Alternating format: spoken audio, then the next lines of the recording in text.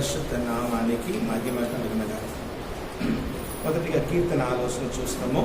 Praise లా 27వ కీర్తన మొదటి వాక్యం చదువు.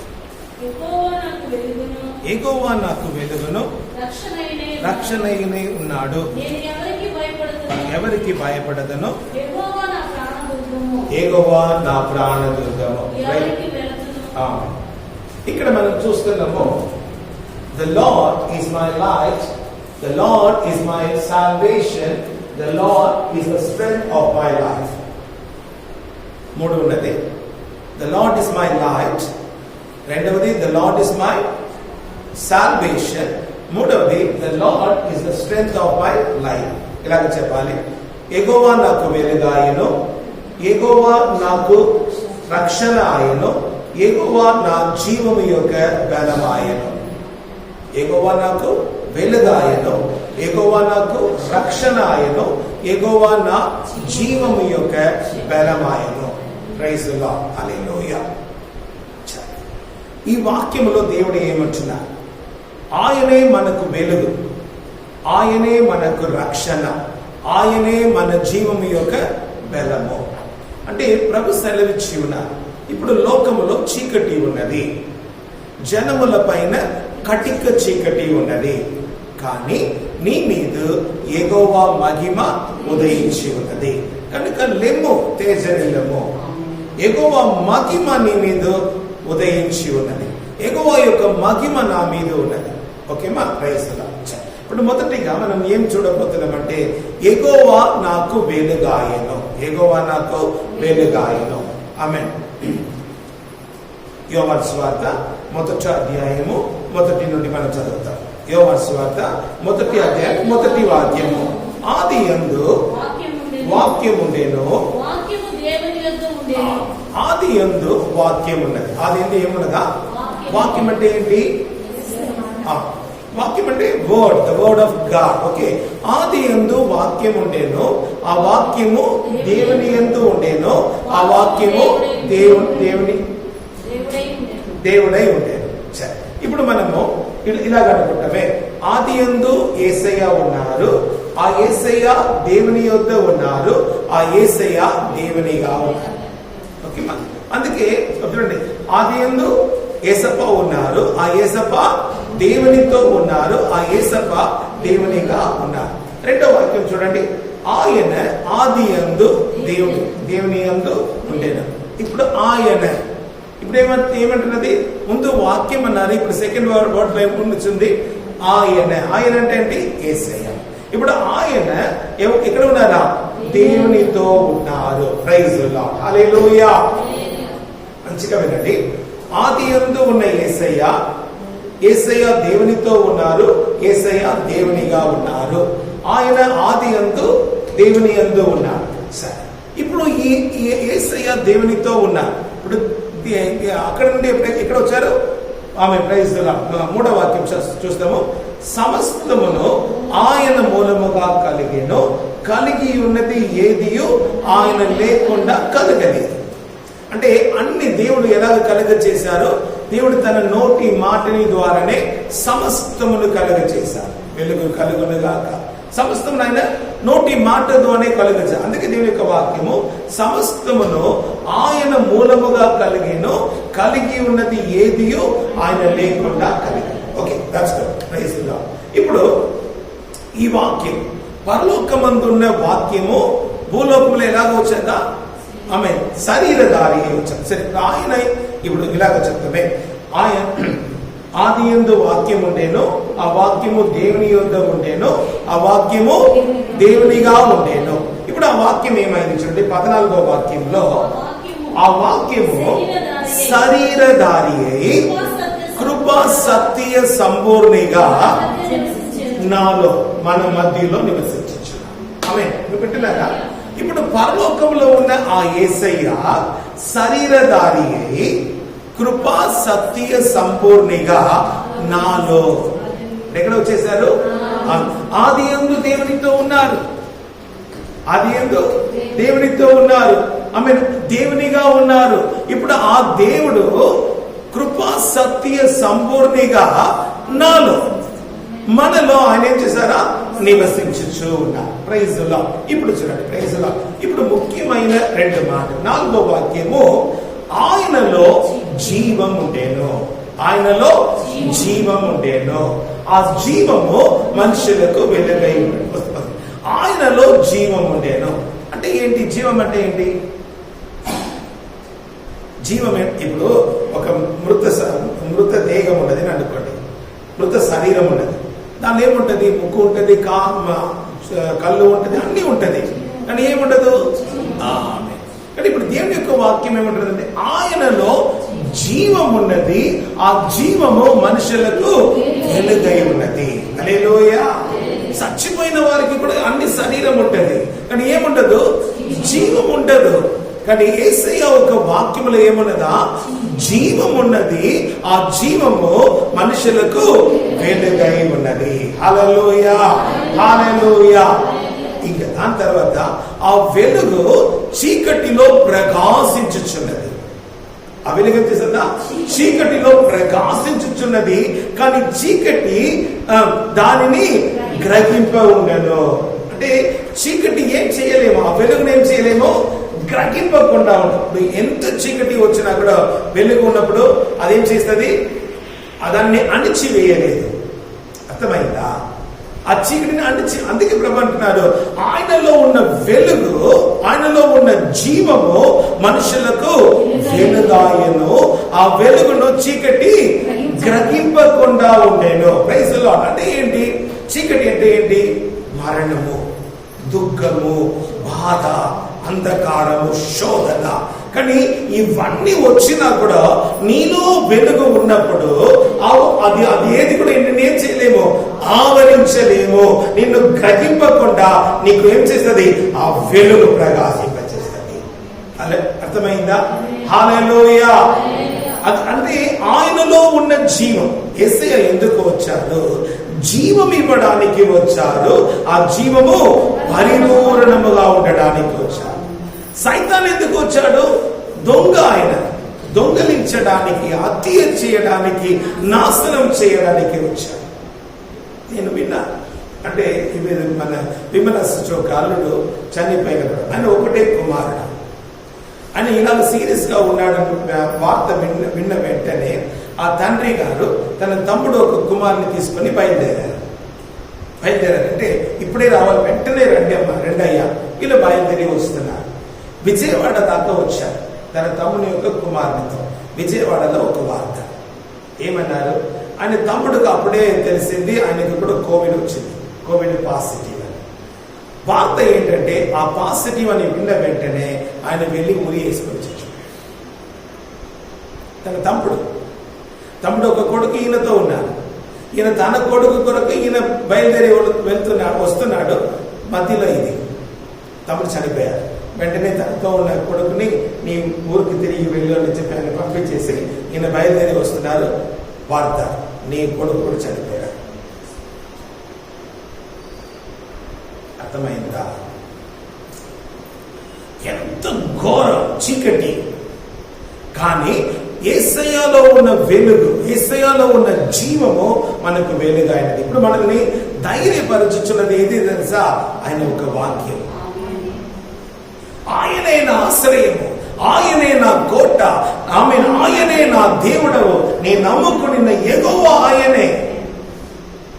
వేటగాని ఉరిలో నుండి ఆయన నన్ను విడిపించి ఉన్నారు. నాశనకరమైన తెగులు రాకుండా నన్ను రక్షించి ఉన్నారు. తన రెక్కలలో నన్ను కప్పి ఉన్నారు. ఆయన రెక్కల కింద నాకు ఆశ్రయం ఉన్నది. హల్లెలూయా. నా మార్గములన్నిటిలో నన్ను కాపాడుట కొరకు ఆయన తన దూతలకు ఆజ్ఞాపించి ఉన్నారు. ఆ వాక్యం ఉన్నది కదా, ఆ వాక్యమే ఈ రోజు నిన్ను నన్ను బ్రతికించి ఉన్నది. హల్లెలూయా. ఆ వెలుగు చీకటిలో ప్రకాశించుచున్నది, కానీ చీకటి దానిని గ్రహింపకుండా ఉండేను. హల్లెలూయా. Praise the lord. 9వ వాక్యం చదువుతాము. నిజమైన వెలుగు ఉండేను. అదేంటి నిజమైన వెలుగు? నిజమైన వెలుగు ఏంటంటే ఆమేన్, ఈ వెలుగును ఎవరు కూడా ఆపలేరు. ఆమేన్. నిజమైన వెలుగు ఉండేను, అది లోకములోనికి వచ్చుచు ప్రతి మనిషిని వెలిగించుచున్నది. హల్లెలూయా. ఆ నిజమైన that was the true light. ఎవరు? లోకానికి నేనే వెలుగన్నారు. లోకానికి amen. I am the light of this world. నేనే లోకానికి వెలుగు, నిజమైన వెలుగు ఉండేను. అదేం చేస్తుందా? Which lighteth every man that come into the world. అది లోకములోనికి వచ్చుచు ప్రతి మనిషిని వెలిగించుచున్నది. హల్లెలూయా. నిన్ను నన్ను వెలిగించినది ఎవరు? ఆ వెలుగే. హల్లెలూయా. Praise the lord. సరే, ఇప్పుడు యేసయ్య అంటున్నారు ఆ వాక్యము కృపా సత్య సంపూర్ణంగా నాలో నివసి. అందరిలోనా లేదు. చూడండి వాక్యం ఏమంటుంది? 11వ వాక్యం చదువుతాము. 11. ఆయన తన స్వకీయులతకు వచ్చేను, ఆయన స్వకీయులు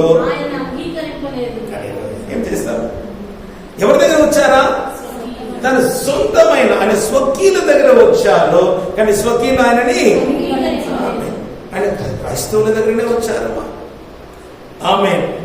క్రైస్తవులు ఎరిగిన వారు యూదుల దగ్గరనే వచ్చారు. కానీ ఏం చేయలేదు వాళ్ళు? ఆయన్ని అంగీకరించడం లేదు. అర్థమైందా? రెండు గుంపు ఉంటారు ఎప్పుడో. ఒకరు అంగీకరించిన వారు, ఇంకొకరు అంగీకరింపకుండా ఉన్నవారు. ఒకరు చీకటిలో ఉన్నవారు, ఒకరు వెలుగులో ఉన్నవారు. ఒకరు యేసయ్యను వెంబడించిన వారు, ఇంకొకరు సైతానును వెంబడించిన వారు. దేవుని యొక్క వాక్యం అంటున్నది ఆయన తన స్వకీయుల యొద్దకు వచ్చెను, ఆయన స్వకీయులు ఆయనని అంగీకరించలేదు. సరే, ఏం చేశారు? దాని తర్వాత తన్ను ఎందరు అంగీకరించి ఉన్నారో వారందరికీ, అనగా తన నామమందు విశ్వాసం ఉంచిన వారికి దేవుని యొక్క పిల్లలగుటకు ఆయన అధికారం అనుగ్రహించారు.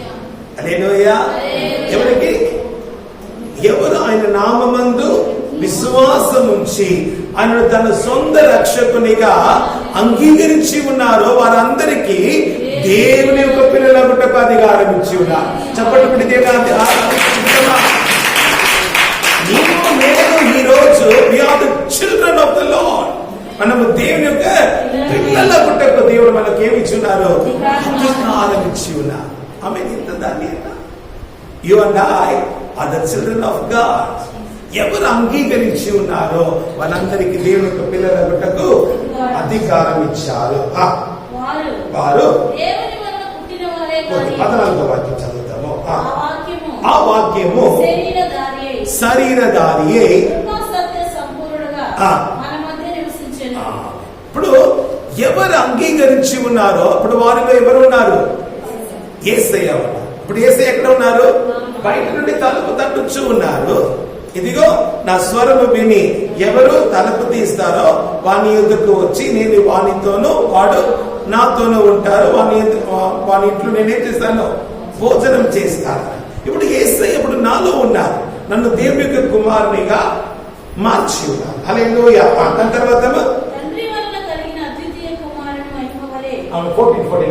తండ్రి వలన కలిగిన అద్వితీయ కుమారుని మహిమ వలె మనము ఆయన మహిమను కనుగొంటిమి. ఆమేన్. ఆమేన్. చూడండి ఇక్కడ ఏమన్నది? and we beheld his glory, the glory as of the only begotten of the Father, full of grace and truth. తండ్రి వలన కలిగిన అద్వితీయ కుమారుని మహిమ. తండ్రి వలన కలిగిన అద్వితీయ కుమారుని మహిమ వలె మనము ఆయన మహిమను కనుగొంటిమి. హల్లెలూయా. తండ్రి వద్ద నుండి మహిమ కుమారునికి వచ్చింది, ఆ కుమారుని నుండి మహిమ మనకు వచ్చింది. ఆమె చెప్తారా? హల్లెలూయా. ప్రభువా నీ మహిమను చూడాలని చెప్పి మోసే అడుగుతున్నారు. కానీ ఇక్కడ చూడండి, తండ్రి వలన కలిగిన అద్వితీయ కుమారుని యొక్క మహిమ వలె మనము ఆయన మహిమను ఆమె అంటే ఎంత గొప్ప ధన్యత మనకి. Praise the lord. అదే మొదటి అధ్యాయంలోనే 14 ఆమె ప్రైజ్ ది లార్డ్ 17వ వాక్యము ఆమె కృపయు సత్యమును యేసుక్రీస్తు ద్వారా కలిగిన ఆమె 16వ వాక్యము ఆయన పరిపూర్ణతలో నుండి మనమందరము కృప వెంబడి కృప పొంది ఉన్నాం. హల్లెలూయా, హల్లెలూయా. ఆ కృప ఆయన పరిపూర్ణతలో నుండి కృప వెంబడి కృప పొంది ఉన్నాము. దీని ఒక విలువ, వాల్యూ మీకు ఇప్పుడు తెలియదు. కోట్ల రూపాయలు ఇచ్చినా కూడా దొరకదు ప్రియులారా. ఆమె ఏం తక్కువ? ఆమె ఏం తక్కువ చెప్పండి. ఇప్పుడు ఏమంటున్నారు? ప్రార్థన చేయండి మా కొరకు. ప్రార్థనలో ఉన్న ఆమె విలువ, వాల్యూ ఇప్పుడు ఏం లేదు, డబ్బులో లేదు. డబ్బులు ఉన్నది మా ప్రైవేట్ హాస్పిటల్లో బెడ్ లేదు. బెడ్ ఉన్నదా? ఆక్సిజన్ లేదా? ఏం చేస్తావు? నీ ప్రాణం కాపాడటానికి నీ డబ్బులు సరిపోతున్నదా? లేదే. బేరం ఆడుతున్నా. ఒక కరోనా పేషెంట్ లోపల వెళ్ళి బయటికి వచ్చారంటే 7 లక్షలు ఇస్తావా? 8 లక్షలు. స్కానింగ్ తీయాలి. ఎందుకయ్యా స్కానింగ్ తీయాలి? స్కానింగ్ తీస్తాం, లేదంటే తీసుకోవడం. ఇప్పుడు అన్ని ఏం లేదు, నో రిక్వెస్ట్. నేను చెప్పింది నీవు చేయాలి అంతే. కానీ చూడండి, ఆయన పరిపూర్ణతలో నుండి కృప వెంబడి కృప. ఆ కృప ద్వారానే నీవు నేను రక్షింపబడి ఉన్నాను. ఆ కృపను బట్టి రక్షింపబడిన ఉన్నాం. మనమేంటి సామాన్యమైన వారా? మనము ఎంత మూర్ఖులు మనము. కానీ మనల్ని మన ప్రభు రక్షించి ఈరోజు దేవుని యొక్క కుమారులుగా, కుమార్తెగా మార్చి. ఇప్పుడు అదే దేవుడు అంటున్నాడు, తండ్రి వలన కలిగిన అద్వితీయ కుమారుని మహిమ వలె మనము ఆయన మహిమ, అంటే మహిమ పైన మహిమను దేవుడు మనకు అనుగ్రహించి, ఆయనలో వెలుగు ఉన్నది ప్రియులారా. ఆయనలో జీవం ఉన్నది. ఆ జీవము మనుషులకు వెలుగు ఆయను. ఆ వెలుగే మనకు రక్షణ ఆయను. ఆ వెలుగే మనకు బలమాయను.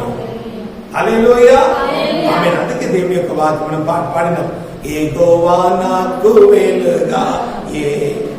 ఎందుకు? ఆయనే నా వెలుగు, ఆయనే నా రక్షణ, ఆయనే జీవము యొక్క బలము. ప్రైజ్ ది లార్డ్, హల్లెలూయా. యెహోవా నాకు వెలుగాయే, యెహోవా నాకు రక్షణయే, నా ప్రాణ దుర్గమయే, నేను ఎవరికి ఎన్నడూ భయపడను, నేను ఎవరికి ఎన్నడూ భయపడను. నా తండ్రియు నా తండ్రియు ఒకవేళ విడచినను, ఆపత్కాలములో విడువకయే యెహోవా నన్ను సేరదీయును, ఆపత్కాలములో విడువకయే యెహోవా నన్ను సేరదీయును. యెహోవా నాకు వెలుగాయే, యెహోవా నాకు రక్షణయే, నా ప్రాణ దుర్గమయే, నేను ఎవరికి ఎన్నడూ భయపడను, నేను ఎవరికి ఎన్నడూ భయపడను. ఆమేన్. యెహోవా నీలో ఉన్నారంటే నీవెవరికి భయపడవలసిన అవసరం లేదు. ఆమేన్, హల్లెలూయా, ప్రైజ్ ది లార్డ్. ఇప్పుడు మనము వర్తమానం వినబోతున్నాం. Praise the lord. దేవుని ఇచ్చిన వాక్యం మనం ధ్యానించుకుంటే ప్రియులారా, కీర్తన 22:24. కీర్తన 22:24. ఆయన బాధపడువాని బాధను తుణీకరింపలేదు, దానిని చూచి ఆయన అసహ్యపడలేదు, అతనికి తన ముఖమును దాచలేదు, వాడు ఆయనకు మొరపెట్టగా. ఆమేన్, హల్లెలూయా. ఎందుకయ్యా నాకు ఈ బాధ? ఎందుకయ్యా నాకు ఈ వేదన?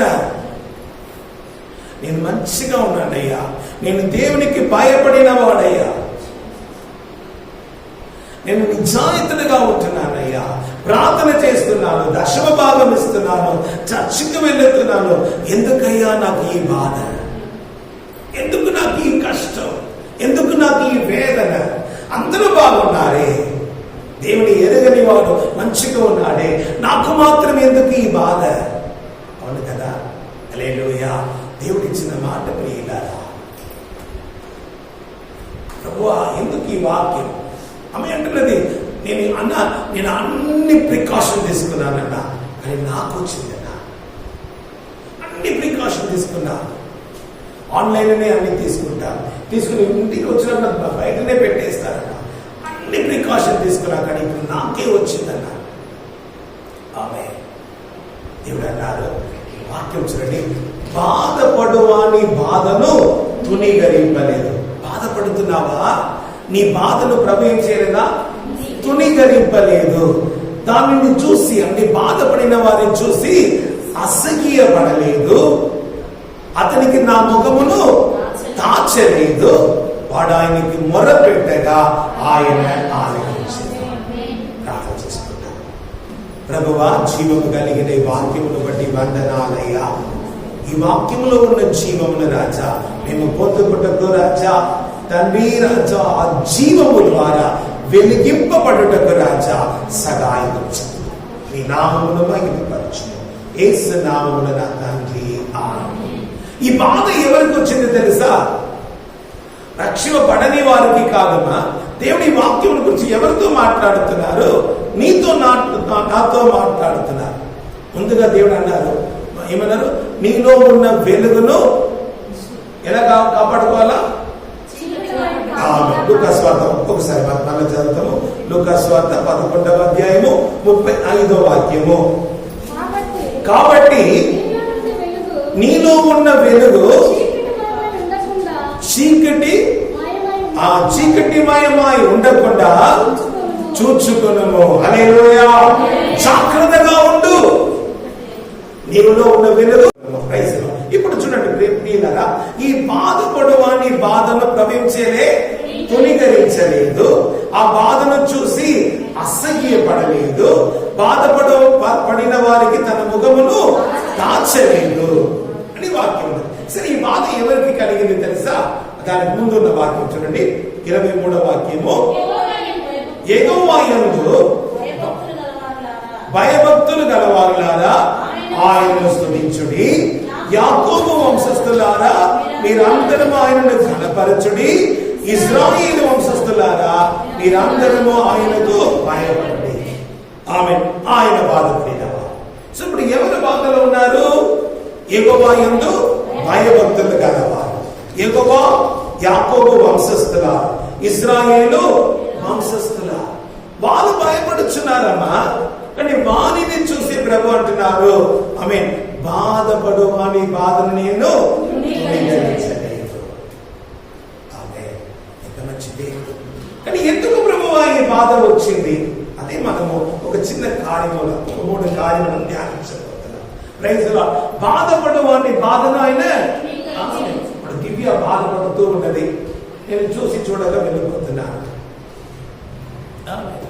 నాకెందుకు ఆమె చర్చకు రాలేదు, అందుకే ఇలాగా అయింది. ఆమె నేరం అందుకే ఇలాగా అయింది. లేదు, ప్రభు ఏం చేస్తున్నాడు? బాధపడు వాని బాధను తునీకరించలేదు, అసహ్యపడలేదు, ఆయనకు తన ముఖమును దాచలేదు. కానీ వాడు ఆయనకు మొరపెట్టగా ఆలకించాడు. అప్పుడు ఈ బాధ ఎందుకు వచ్చింది? ఈ శ్రమ ఎందుకు వచ్చింది? నీవేం చేయాలి? ఆయనకు మొరపెట్టాలి. ఎవరికి మొరపెట్టాలి? నీ బాధను ఎరిగిన వాడు, తన ముఖమును దాచకుండా నీ కొరకు కనిపెట్టుచున్నారే, ఆయనకి నీ మొరపెట్టు. Praise the lord. దేవుని యొక్క వాక్యం అంటున్నది, దేవుడు ఆయన మొరను ఆలకించాడు. హల్లెలూయా. సో ఎందుకు బాధ వచ్చింది? శ్రమలు ఎందుకు వచ్చింది? ఆపత్తు కాలమున నాకు మొరపెట్టు, నేను నిన్ను విడిపిస్తా, నీవు నన్ను కనపరచెదవు. హల్లెలూయా, హల్లెలూయా. నా మైండ్ తిరుగుతూ ఉన్నది. ఏంటి? బాధపడు వారి బాధను నేను తునీకరించలేదు, అసహ్యపడలేదు. ఆమె నా ముఖము నీకు దాచుకునలే, కానీ నీ మొర్ర పెట్టినా నేను ఆలకిస్తాను. ఇప్పుడు త్వరగా మనము 3 కార్యం ధ్యానించబోతున్నాం. మొదటిగా సమాధానం అంటే ప్రైస్లో యోహాను సువార్త 16వ అధ్యాయము 33వ వాక్యము. నాయందు మీకు సమాధానం కలిగినట్లు ఈ మాటలు మీతో చెప్పుచున్నాను. ఏమి వాక్యం అనేది? నాయందు మీకు సమాధానం కలిగినట్లు ఈ మాట చెప్పుచున్నాను. ఏ మాట? ప్రభు అంటున్నాడు అంటే సమాధాన కర్త లేదా సమాధాన దాత. ఆమె ప్రభు అంటున్నాడు నాయందు మీకు సమాధానం కలిగినట్లు ఈ మాట మీతో చెప్పుచున్నాను. లోకములో మీకు శ్రమలు కలుగును, కానీ ధైర్యము తెచ్చుకొనిడి, నేను లోకమును జయించి ఉన్నాను అని. అంటే బాధలు ఉంటదా, శ్రమలు ఉంటది, కానీ మనము ధైర్యం తెచ్చుకోవాలి. ఎక్కడి నుండి ధైర్యం తెచ్చుకోవాలబ్బా? దేవుని యొక్క వాక్యములో నుండి, దేవుని యొక్క వాక్యము ద్వారా మనము ధైర్యం తెచ్చుకోవాలి.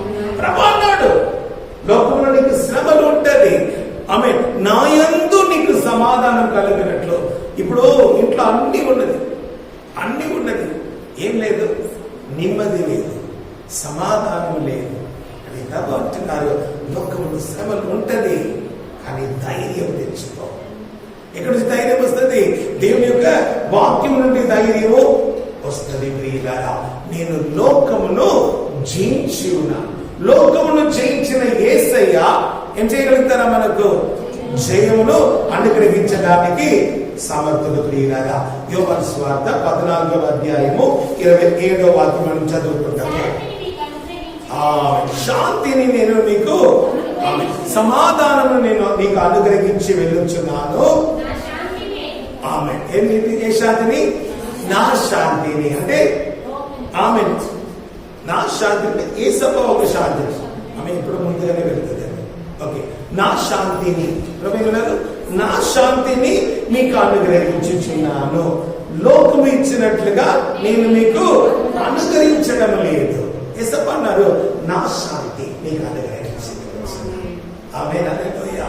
ముందన్నాడు నాయందు మీకు సమాధానం కలిగినట్లు నా శాంతిని నేను మీకు అనుగ్రహించి వెళ్ళుచున్నాను.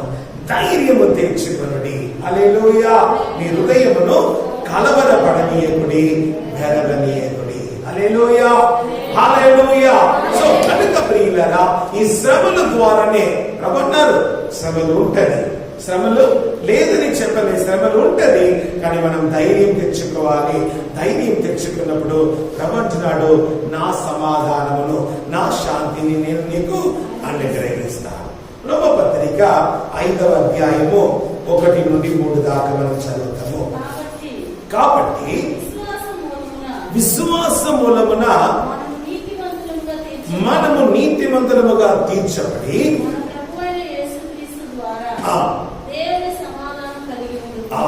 దేవుని సమాధానమా, దేవునితో సమాధానమా? ఓకే, దేవుని సమాధానం, దేవునితో సమాధానం. ఆమేన్. ఇది ఎక్కడి నుంచి వచ్చింది చూడండి ప్రియులారా. కాబట్టి విశ్వాసము వలన మనము నీతిమంతులముగా తీర్చబడి. హల్లెలూయా. ఒకప్పుడు మనం అందరము పాపులమే, కానీ మన పాపమును మనం ఒప్పుకొని మనం ఏం చేస్తున్నాము? ఆ పాపమును యేసయ్య పైన మనం మోపి ఉన్నాము. దేవుని యొక్క వాక్యం అంటున్నది పాపమును దాచిపెట్టిన వాడు వర్ధిల్లడు, కానీ ఆ పాపమును ఒప్పుకొని విడిచిపెట్టిన వాడు కనికరం పొందుకుంటాడు. అయ్యా నేను ఏ పాపం చేసినావా? యేసయ్యను సొంత రక్షకుడిగా అంగీకరించలేదే, అదే పాపం అని తన స్వకీయుల దగ్గర వచ్చారు. స్వకీయులు ఏం చేయలేదు, ఆయన అంగీకరించలేదే, అదే పాపము. ఆమె నీ కొరకు వెలుగుగా వచ్చారు, కానీ ఆ వెలుగుని నీవేం చేయలే, తునీకరించావు.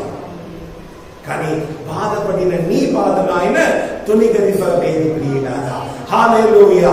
కాబట్టి విశ్వాసము వలన మనము నీతిమంతులముగా తీర్చబడి మన ప్రభువైన యేసుక్రీస్తు ద్వారా దేవునిలో మనము దేవుని యొక్క సమాధానం పొందాము. ఎలాగ ప్రియులారా? అంటే మన దేవుని యొక్క వాక్యం ఏమన్నది, మన పాపమును బట్టి ఆయన చనిపోయి మనల్ని నీతిమంతులుగా తీర్చడానికి కొరకు ఆయన లేపబడి ఉన్నాడు. ఆయన మరణము గలిచి లేచి ఉన్నాడు కనుక నీవు నేను ఏమైనా నీతిమంతులుగా తీర్చబడి ఉన్నాము. నీతిమంతులుగా నీవు తీర్చబడి ఉన్నావా, నీకు దేవుని యొక్క సమాధానం దేవుని వరకు దయచేసి ఉన్నాడు. హల్లెలూయా, హల్లెలూయా.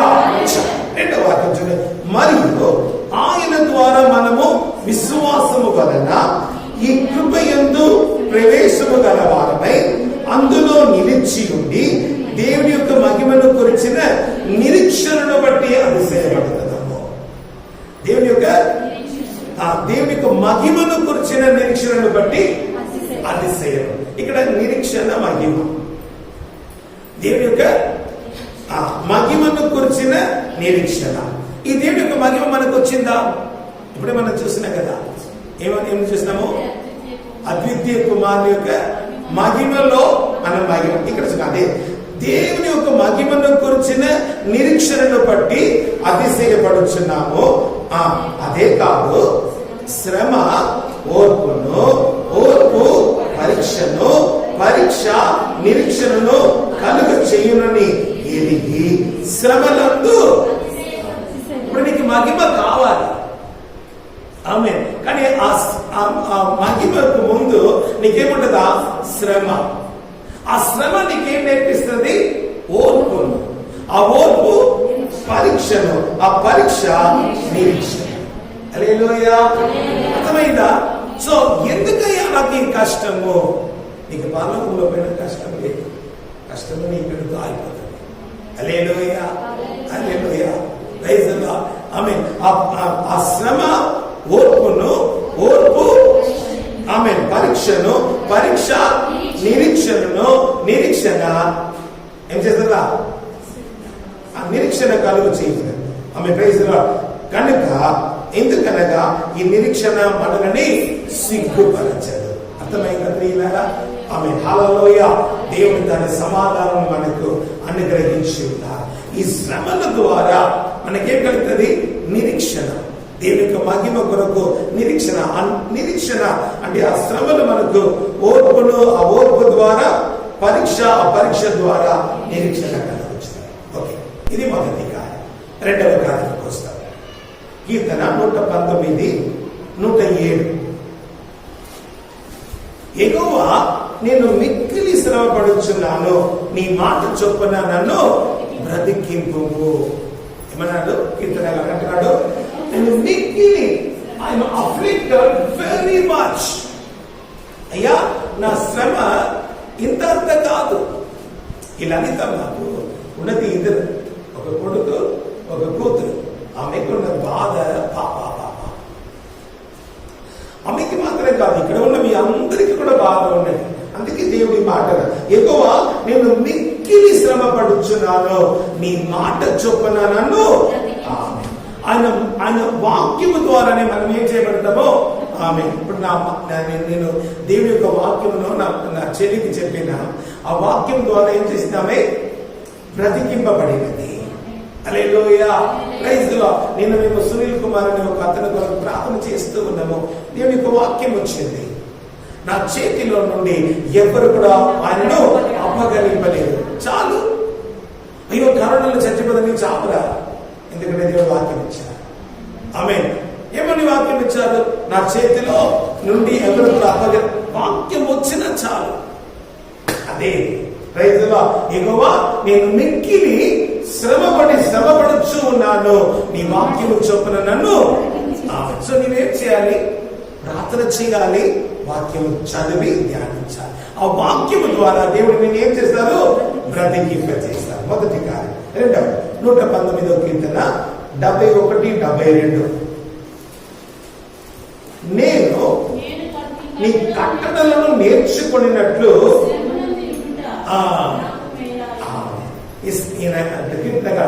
తెలుసా? ఆమె నీ కట్టడలను నేర్చుకున్నట్లు ఈ శ్రమ నాకు మేలైంది. ఈ శ్రమ రాలేదనుకో, నీ కట్టడలు నేనేం చేశాను? నేను పట్టించుకోకుండా ఉంటానయ్యా. ఆమె అర్థమైందా? ఈ శ్రమ రాలేదు, నేను ఎందుకు ఇక్కడ వస్తా? ఎందుకు నేను ఈ వాక్యం వింటా? ఆమె నీ కట్టడలను నేర్చుకున్నట్లు శ్రమ నొంది ఉండట నాకు మేలాయను.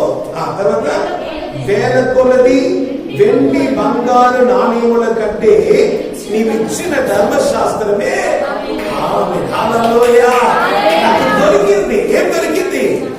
వెండి బంగారము కంటే విలువ కలిగిన ధర్మశాస్త్రము, ఈ పరిశుద్ధ గ్రంథము నాకు దొరికినదయ్యా. నీ కట్టడలను నేర్చుకున్నట్లు ఈ శ్రమ నాకు హల్లెలూయా. నా శ్రమ పడినప్పుడు నీ వాక్యం నన్ను బ్రతికింపచేసినది, ఈ శ్రమను ఇప్పుడు నాకు మేలాయను. 3వ వచనం 119:67.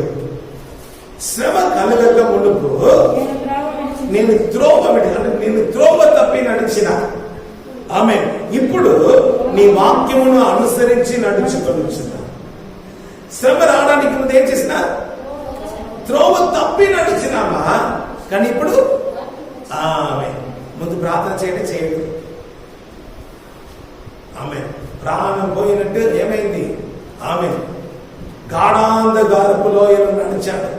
ఇప్పుడు తెలిసింది, అబ్బా ఎప్పుడు నేనేం చేయాలి? ఇంకా నేను ఆమె త్రోవ తప్పి నడిచిన ఇప్పుడు ఈ వాక్యమును అనుసరించి నడుచుకొనుచున్నాను. హల్లెలూయా. ఇది 2వ కార్యం. 3వ కార్యం మనం చూస్తాము. Praise the lord. 2వ కొరింథీ పత్రిక 1వ అధ్యాయము 3-4 వాక్యము. కనికరము చూపుతండి, సమస్తమైన ఆదరణ అనుగ్రహించిన దేవా,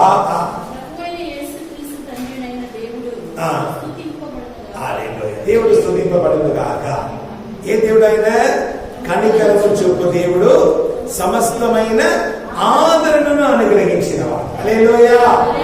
దేవుడు కనికరము చూపుచున్న దేవుడు, సమస్తమైన ఆదరణను అనుగ్రహించిన వాడు. హల్లెలూయా.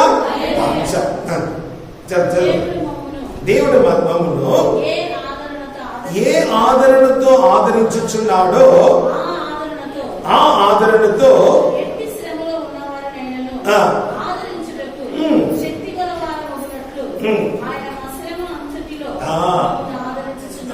అర్థమైందా మీకు? మా శ్రమల అంతటిలో ఆయన మమ్మను ఎందుకు ఆదరించుచున్నాడు? ఇలాంటి శ్రమలో ఉన్న వారిని ఆదరించుట కొరకు మా శ్రమలన్నిటిలో ఆయన మమ్మల్ని ఆదరించి మనను బయటికి తీసుకొచ్చాడు. కడుపు నొప్పి అంటే ఏమని మీకు ఇప్పుడు తెలుసు. ఎందుకంటే నేను చాలా కడుపు నొప్పితో ఏం చేశావు? బాధపడ్డా. అప్పుడు ప్రభు దగ్గర ప్రార్థన చేశారు. ఆయన తన వాక్యమును పంపి నీకు స్వస్థతను దయచేశారు. ఇప్పుడు ఎవరైనా కడుపు నొప్పితో వచ్చారనుకోండి, వెంటనే ఏమంటావు? నాకు తెలుసు ఆ వేదన ఎలాగ ఉంటుందని నాకు తెలుసు. ఆమె ఆ శ్రమ పడిన వారి యొక్క శ్రమలో వారిని ఆదుకొనడానికి కొరకు దేవుడు నీకు శ్రమను అనువదించి ఆ శ్రమలో నుండి నిన్ను ఆదుకొని ఉన్నాడు. హల్లెలూయా. అర్థమైందా? ఎందుకు శ్రమలయ్యా? అయ్యా, శ్రమల ద్వారా ఆమె నేనేం చేస్తున్నాను? ఓదార్చబడినా, ఆదరింపబడినా. కానీ ఇప్పుడు అలాంటి శ్రమలో ఉన్న వారిని నేనేం చేయాలి? ఆదుకోవాలి, ఆదరించాలి. ఆదరిస్తారా? నాకు మంచిగా అయింది, కానీ వాని కొరకు నువ్వేం చేయాలి? ప్రార్థించాలి. ఆమె తర్వాత ప్రైజ్ ది లార్డ్. 2 దశలోనికే 1వ అధ్యాయము 4వ వాక్యము. ఆ శ్రమ ద్వారా మనం ఏం కలుగుతాం? అందువలన ఈ శ్రమలన్నిటిలోనూ నీ సహించుచున్న శ్రమలోను మీ ఓర్పును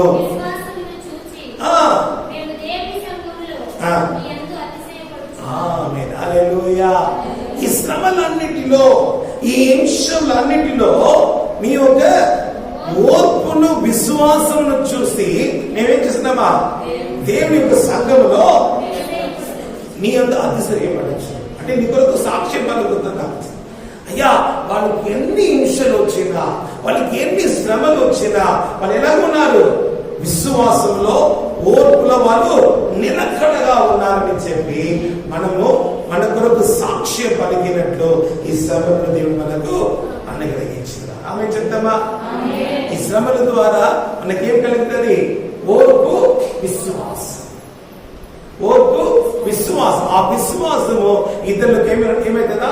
సాక్ష్యముగా ఉంటది. ప్రియులారా, మొదటి అధ్యాయం 6వ వాక్యం చదవండి.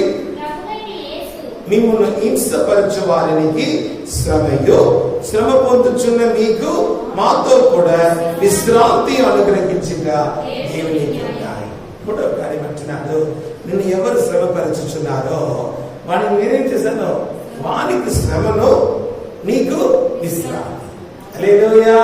అంటే ఈ శ్రమ స్మరణ సంఘానికి ప్రభు అన్నారు, ఒక 10 దినము మాత్రమే ఈ శ్రమ ఉంటది, కొద్ది దినములు మాత్రమే. కానీ ఈ శ్రమలో మనం ఎలా ఉండాలా? ఓర్పుతో, విశ్వాసంతో మనం ఉన్నప్పుడు దేవుడు అంటున్నాడు, నిన్ను ఎవరు శ్రమపరుచుచున్నారో వానికి శ్రమ, నీకు విశ్రాంతి. హల్లెలూయా, హల్లెలూయా. సో శ్రమ పడిన వారిని ఒక శ్రమను చూసి ఆయన తునిగరింపలేదు, ఆ శ్రమను చూసి అసహ్యపడలేదు, వానికి తన ముఖమును దాచలేదు. కానీ మొర్ర పెట్టగా ప్రభు వారిను ఆలకించి ఉన్నారు. నీ ఆలకిస్తావా? అంటే నీ మొర్ర పెడతావా? హల్లెలూయా. శ్రమలో ఉన్నప్పుడు మనం ఏం చేయాలి? దేవునికి మొర్ర పెట్టాలి. హల్లెలూయా. ఒక్క వాక్యం మనం చదివి మనం ముగించుకుంటాము. ఎబ్రాయీ పత్రిక 2వ అధ్యాయము 9-10 అంటే దేవుని యొక్క కృప వలన ఆయన ప్రతి మనిషిని కొరకు మరణమును అనుభవించినట్లు యేసు మరణము పొందనంతగా హల్లెలూయా, హల్లెలూయా. అంటే మనల్ని పరలోకంలో చేర్చడానికి కొరకు మన ప్రభు ఏం చేశారా? ఆ శ్రమల ద్వారా తాటి వచ్చి ఉన్నారు. ఆ తర్వాత ఎవరి నిమిత్తము?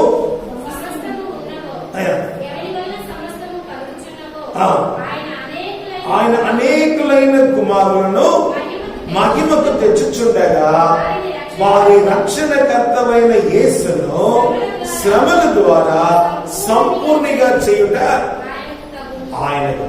హల్లెలూయా. మనల్ని పరలోకంలో చేర్చడానికి కొరకు మన యేసప్ప ఏం చేశారా? శ్రమలలో ఆమె పాదాయను. అంటే యేసప్ప మనకేమన్నారు? సిలువను మోసుకుని నన్ను వెంబడించుకో. కానీ ఆయన ఆ సిలువ వేయబడి ఉన్నారయ్యా, సిలువలో ప్రాణం పెట్టి ఉన్నారు. హల్లెలూయా. ఆ సిలువలో ప్రాణము పెట్టి మరణముకు అధికారి అయిన సాతానును తన మరణము ద్వారా జయించి మరణ భయంలో ఉన్న వారిని విడిపించి ఉన్నారు. అని మన క్యాప్టెన్, మన యేసయ్య ఆ సిలువలో మరణించి ఉన్నారమ్మా. సో శ్రమ పడుతున్న వారి ఒక శ్రమను ఆయన ఆలకిస్తారు. అది మొదలు పెడతాము. దేవుడు తప్పక దేవుని యొక్క సమాధానం మనకు అనుగ్రహించి శ్రమలో ఉన్న వారిని ఆదుకోవడానికి కావాల్సిన కృపను దేవుడు మనకు దయచేస్తాడు. అంటే ఇప్పుడు దేవుని యొక్క వాక్యము ఏమంటున్నదంటే, బాధపడిన వారు ఆయనకు మొదలుపెట్టాలి, బాధ లేని వారు బాధలో ఉన్న వారి కొరకు మొదలుపెట్టాలి. చేస్తామా? హల్లెలూయా. బాధలో ఉన్నావా? ఆయనకు మొదలుపెట్టు. బాధ లేని వారుగా ఉన్నావా? బాధలో ఉన్న వారి కొరకు ప్రార్థించి దేవుడు అలాంటి కృపను భాగ్యమును యేసు నామములో మనకు దయచేయగాక. ఆమేన్. ప్రార్థన చేసుకో. ప్రభువా, నీకు వందనాలు, స్తోత్రం రాజా. శ్రమ పడిన వారి యొక్క శ్రమలు రాజా మీరు తునిగరింపక తండ్రి రాజా, తండ్రి అసహ్యపడక తండ్రి ఆయనకు ముఖము తాచకుండా రాజా తండ్రి శ్రమలో ఉన్నవాడు నీకు మొరపెట్టగా నా దేవుడు మొరను ఆలకించాలి. నీకు వందనాలయ్యా, వందనాలయ్యా. నాకు ఇచ్చిన ఆరోగ్యం బట్టి, రక్షణను బట్టి వందనాలు, స్తోత్రము. శ్రమలో ఉన్నవారు నీకు మొరపెట్టినట్లు శ్రమ లేని వారు శ్రమలో ఉన్న వారి కొరకు రాజా ప్రార్థించుటకు వాక్యము ద్వారా మమ్మల్ని బ్రతికించి ఉన్నావు వందన. యేసు నామమున తండ్రి, ఆమేన్. మన తండ్రి అయిన దేవుని యొక్క ప్రేమను, యేసయ్య యొక్క సమాధానం, పరిశుద్ధాత్మ దేవుని యొక్క ఐక్యతతో ఎల్ల వేళలో మీకు తోడుగాక. హల్లెలూయా, హల్లెలూయా, హల్లెలూయా.